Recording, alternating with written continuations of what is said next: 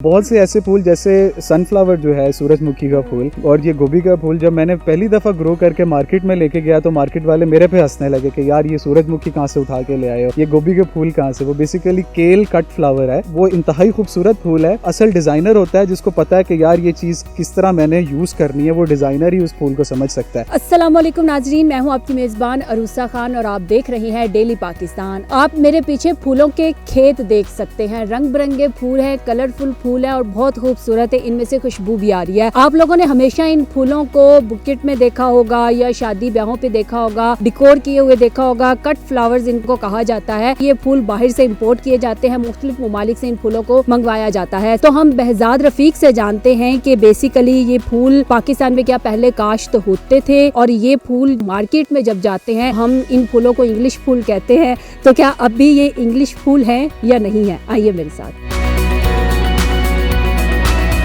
ये जो आप सारे फूल देख रहे हैं ये बेसिकली मैंने अपने उस्ताद मोहतरम डॉक्टर इफ्तिखार अहमद उनके साथ अपनी 2013 में जो रिसर्च की थी अपने एमएससी के थीसिस में, उसके अंदर मैंने ये सारे फूल जो है वो ग्रो किए थे। हमने पहली दफ़ा इन फूलों के ऊपर काम किया था, इनके रिसर्च ट्रायल्स किए थे और 200 से 300 जो फ्लावर्स हैं वो हमने ट्रायल के तौर पर ग्रो किए थे। उनके बहुत अच्छे हमें रिजल्ट मिले। इनमें तकरीबन हमने 8 से 10 नई वैरायटी और उनके डिफरेंट नई जो मार्केट में अंदर वैरायटीज़ हैं, कोशिश की कि इन फूलों को जो है वो पाकिस्तान के अंदर जो है वो ग्रो किया जाए और इनको मार्केट किया जाए ताकि सिर्फ ग्लैडियोलस और रोजेस के अलावा और भी बहुत से फूल जो है वो पाकिस्तान की मार्केट के अंदर जो है वो आ जाए। आप इस वक्त किन किन फूलों की काश्त कर रहे हैं? इस वक्त हम ये आपके सामने जो आप पूरे देख रहे हैं तकरीबन 7 रंगों के अंदर जो है ये स्टॉक में थियोला है। ये तकरीबन हम नवंबर, दिसंबर, जनवरी, फरवरी, मार्च तक और अप्रैल तक जो है वो इनको ग्रो करते रहते हैं। इसके अलावा जो है वो चाइनीज आस्टर है, सनफ्लावर जो है जिसको एक सूरजमुखी को बड़ा कॉमन सा एक फूल समझा जाता है, लेकिन उसकी एक बहुत अच्छी कट फ्लावर की वैरायटी जो है वो हम पाकिस्तान में ग्रो कर रहे हैं। इसके अलावा जो है क्राइसेंथेमम,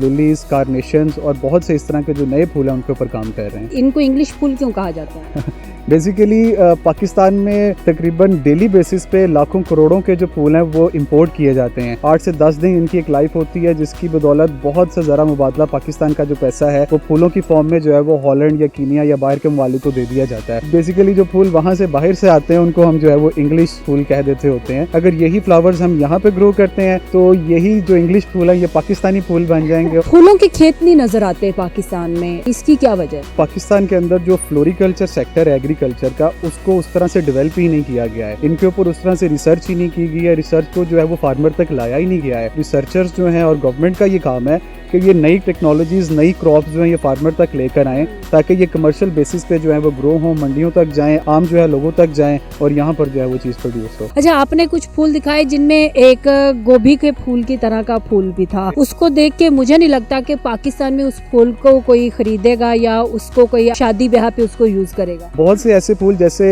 सनफ्लावर जो है सूरजमुखी का फूल और ये गोभी का फूल जब मैंने पहली दफ़ा ग्रो करके मार्केट में लेके गया तो मार्केट वाले मेरे पे हंसने लगे कि यार ये सूरजमुखी कहाँ से उठा के ले आए हो, ये गोभी के फूल कहाँ से। वो बेसिकली केल कट फ्लावर है, वो इंतहाई खूबसूरत फूल है। असल डिज़ाइनर होता है जिसको पता है कि यार ये चीज़ किस तरह मैंने यूज़ करनी है, वो डिज़ाइनर ही उस फूल को समझ सकता है। और अल्हम्दुलिल्लाह इतनी मार्केट इनकी डेवलप हो रही है कि मेरे से जो है वो इनकी प्रोडक्शन जो है पूरी नहीं हो रही है। आपसे पहले ये कोई ग्रो कर रहा था? नहीं, ये पाकिस्तान में यहाँ पे घरों पे लोग कुछ अपने गार्डन को यूज़ करने के लिए यहाँ पे ग्रो करते थे, वो भी इनकी कुछ और वैरायटीज़ होती थी। लेकिन वेरी फर्स्ट टाइम जो है हमने इनके ऊपर वर्क किया और इनको जो है वो वेरी फर्स्ट टाइम पाकिस्तान में ग्रो किया है। बड़ी खुशी की बात है कि इंग्लिश फूलों की अब ग्रोथ पाकिस्तान में भी हो रही है। आपने ये सेटअप आगे भी लगा के दी है। कॉमन फार्मर्स को भी टेक्नोलॉजी दे रहे हैं। कोई हमारे पास भी आता है किसी किस्म की इन्फॉर्मेशन लेने के लिए, इनको लगाने के लिए, इनको किस तरह हार्वेस्ट करना है, किस तरह मार्केट करना है, प्रॉपर उनको जो है ना वो गाइड किया जाता है। आपने कहा कि ये बड़े महंगे फूल होते हैं, तो आप इसको मंडी में किस तरह से सेल कर रहे हैं? हम इसको असल में मंडी में सेल नहीं करते। जितना हमने इसकी रिसर्च की है इसकी प्रोडक्शन पे, उतनी ही रिसर्च और वर्क किया है हमने इसकी मार्केटिंग के ऊपर। प्रॉपर तरीके से हार्वेस्ट किया जाता है। हार्वेस्टिंग के फौरन बाद उनको पानी में रखा जाता है। इनकी ग्रेडिंग के अकॉर्डिंग इनके बंचेस बनाए जाते हैं। उन बंचेस को फिर हम जो है वो मार्केट में अपने वेयर हाउस के अंदर, ऑनलाइन मार्केट, शॉप्स के अंदर डिफरेंट पॉइंट्स पे जो है वो वहाँ पे सेल करते हैं। अच्छा, जब भी फूलों की बात होती है तो सबसे मेन जो हमारे ज़हन में आता है कि गुलाब का फूल। आपने यहाँ पे गुलाब के फूल नहीं लगाए? असल में गुलाब का फूल जो है वो पाकिस्तान में आम कॉमन फार्मर जो है बहुत ज़्यादा ग्रो करता है, लेकिन उसको वो उसकी असल प्रोडक्शन टेक्नोलॉजी जो है वो उसको पता नहीं है। तो हम पहले तो ट्राई किया कि कुछ नए फूल इंट्रोड्यूस किए जाएं ताकि पहले मार्केट में कोई नई चीज़ आए तो सही, फिर अब इंशाल्लाह जो है वो गुलाब की जो प्रोडक्शन टेक्नोलॉजी है उसके ऊपर भी काम करेंगे। पहले तो आपने अपनी रिसर्च के लिए बीजों को बाहर से मंगवाया था, अब आप आगे इनके सीड्स पे भी काम कर रहे हैं। हम हर दफ़ा सीड तो बाहर से इम्पोर्ट नहीं कर सकते, सीड प्रोडक्शन के ऊपर भी काम कर रहे हैं। यूनिवर्सिटी के अंदर इनकी ब्रीडिंग और सीड के ऊपर बहुत ज़्यादा काम हो रहा है ताकि यहाँ पर ही सीड प्रोड्यूस हो, यहाँ पर ही इसकी सीडलिंग फॉर्म हो, यहाँ पर ही जो है हम फार्मर को दें और पाकिस्तान का पैसा जो है वो यहाँ पर ही हमारे पास सेव रहे। आपने ये जितना भी सेटअप लगाया हुआ है ये टोटल कितने एकड़ पे है, और अगर इस सेटअप को शुरू करना हो तो इस पे कितनी कॉस्ट आएगी, सीजनल वाइज आप इससे कितना मुनाफा ले सकते हो? ये तकरीबन हमारी 60 एकड़ लैंड है, जरखेज फार्म के नाम से हम काम कर रहे हैं। माशाल्लाह 60 एकड़ के ऊपर ही आपको फूल ही नजर आएंगे। हर किस्म का फ्लोरिकल्चर का काम जो है वो हम यहाँ पे कर रहे हैं। उसमें आप चंबेली का भी, उसमें गुलाब का भी, उसमें मोतिया भी, और उसमें कट फ्लावर्स भी जो हैं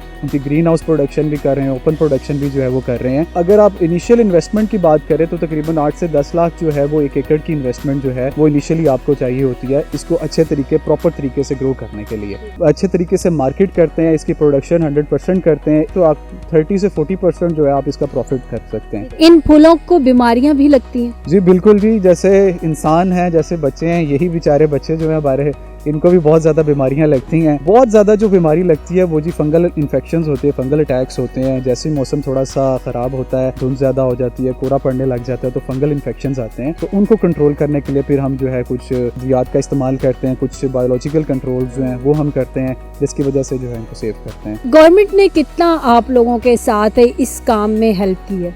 देखिए गवर्नमेंट की तरफ से तो अभी फिलहाल कुछ भी नहीं है। आई विश के गवर्नमेंट जो है वो कुछ इस तरह के नए प्रोजेक्ट रन करे जो कि आम कॉमन फार्मर जो है बेचारा, और बहुत सी ऐसी जो नई टेक्नोलॉजीज हैं उनको डेवलप करने जो है वो हमारे साथ जो है वो साथ दें। ग्रीन हाउस टेक्नोलॉजी की तरफ कन्वर्ट हो रहे हैं तो गवर्नमेंट का जो है बहुत ज़्यादा एक रोल उसके ऊपर हो सकता है कि वो ग्रीन हाउस टेक्नोलॉजी को अपने फार्मर में सब्सिडाइज करे ताकि जो कॉमन फार्मर, आम फार्मर जो है वो भी वो इतनी महंगी टेक्नोलॉजी को अडॉप्ट कर सके। कोई मैसेज कन्वे करना चाहेंगे फ्लोरिकल्चर के हवाले से हमारी गवर्नमेंट को? एक नहीं, मैं काफ़ी ज़्यादा मैसेज जो है वो कन्वे करना चाहूँगा। फ्लोरिकल्चर जो है वो एक बहुत बड़ी इंडस्ट्री पाकिस्तान के अंदर डेवलप हो सकती है और हम इसको एक्सपोर्ट लेवल पे ले जा सकते हैं। मार्केट पॉइंट ऑफ व्यू से इनसे रिक्वेस्ट करें तो हमारी आम आवाम से भी, जो हम प्लास्टिक के फ्लावर जो अपनी शादियों के अंदर यूज़ कर रहे हैं, काइंडली इसको यूज़ करना बंद करें।